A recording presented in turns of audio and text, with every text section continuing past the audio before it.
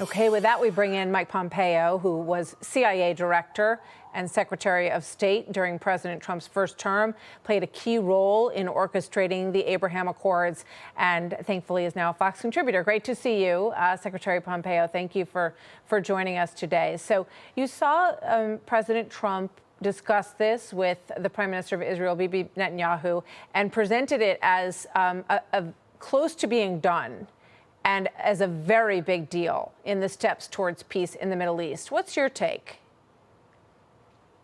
Well, Martha, it's great to be with you. And there is no doubt this is a truly big deal. The Israelis are making sacrifices, too. We shouldn't forget they will be turning over prisoners, Israeli prisoners, people who committed crimes against citizens of Israel as part of this swap. There are lots of things that the Israelis have had to agree to.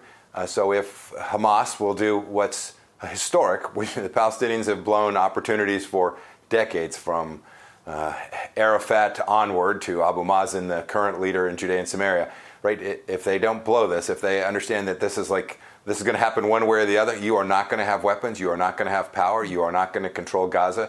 If they come to understand that they want to do this the easy way, then this will be a historic achievement. And the fact that, as President Trump said, the Gulf Arab states all think this makes sense for the region and will punish Iran as a result of that, this could be a truly remarkable arrangement. And I hope not only will they say yes, these terrorists will say yes, but then they will actually live up to the commitments that are made in that agreement. So there was some reporting this morning in Axios, which suggested that the Arab nations who were on board with this agreement were not thrilled with some of the changes that were made as a result of the Netanyahu-Trump meetings at the White House yesterday. One of the pieces, it was a 21-point plan when we first started to hear the outlines of it. This came out of the plan, according to reporting from the Times of Israel, and it was number 18. Israel agrees not to carry out future strikes in Qatar. The U.S. and the international community acknowledge Doha's important mediating role in the Gaza conflict. Your take on the Arab nations and the Muslim nations and the Israelis in terms of whether or not they're on the same page here?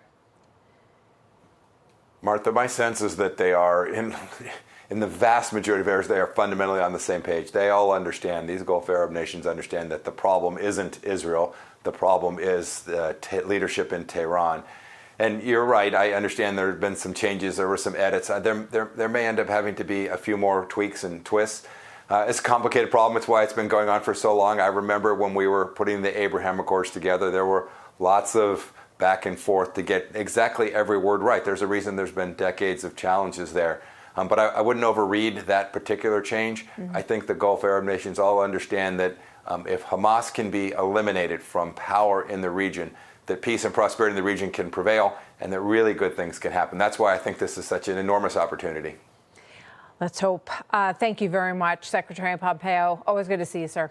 Thank you. Hey, it's Will Cain. Click here to subscribe to the Fox News channel on YouTube. It's the best way to get our latest interviews and highlights. And click to subscribe to the Will Cain podcast for full episodes right now.